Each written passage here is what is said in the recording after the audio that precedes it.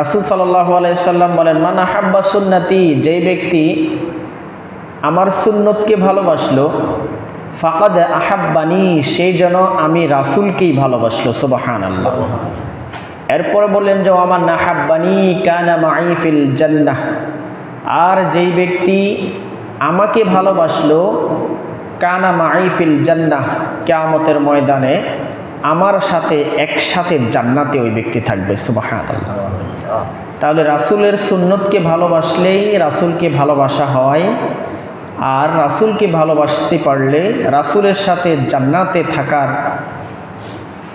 থাকার কথা উল্লেখ করলেন আল্লাহর হাবিব সাল্লাল্লাহু আলাইহি সাল্লাম।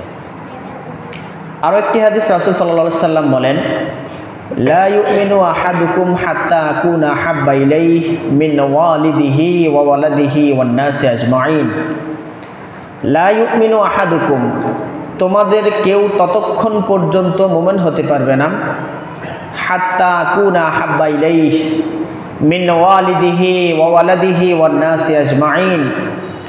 মিন ওয়ালিদিহি, যে তার পিতা মাতা থেকে, ওয়ালাদিহি, সন্তান থেকে, ওয়ান্নাসি আজমাইন, এবং সমস্ত মানুষ থেকে রাসূলকে যদি ভালোবাসতে না পারে, ওই ব্যক্তি পরিপূর্ণ ঈমানদার হতে পারবে না। অর্থাৎ একটা মানুষ যদি নিজেকে ঈমানদার দাবি করে, সে তার নিজের থেকে, পরিবার পরিজন থেকে, নিজের সন্তান সন্ততি থেকে, মা বাবা থেকে এবং সমস্ত মানুষ থেকে যদি রাসূলকে বেশি মহাব্বত করতে না পারেন, ওই ব্যক্তি পরিপূর্ণ ঈমানদার হতে পারবে না। এই জন্য রাসূল বলেন, লা ইউমিনু আহাদুকুম হাত্তা আকুনা হাব্বা ইলাইহি মিন ওয়ালিদিহি ওয়া ওয়ালাদিহি ওয়ান নাসি আজমাইন। পরিবার পরিজন, সন্তান সন্ততি এবং সমস্ত মানুষ থেকে যদি রাসূলকে মহাব্বত বেশি করতে না পারেন, তাহলে আপনি কখনো নিজেকে মুমিন দাবি করতে পারবেন না।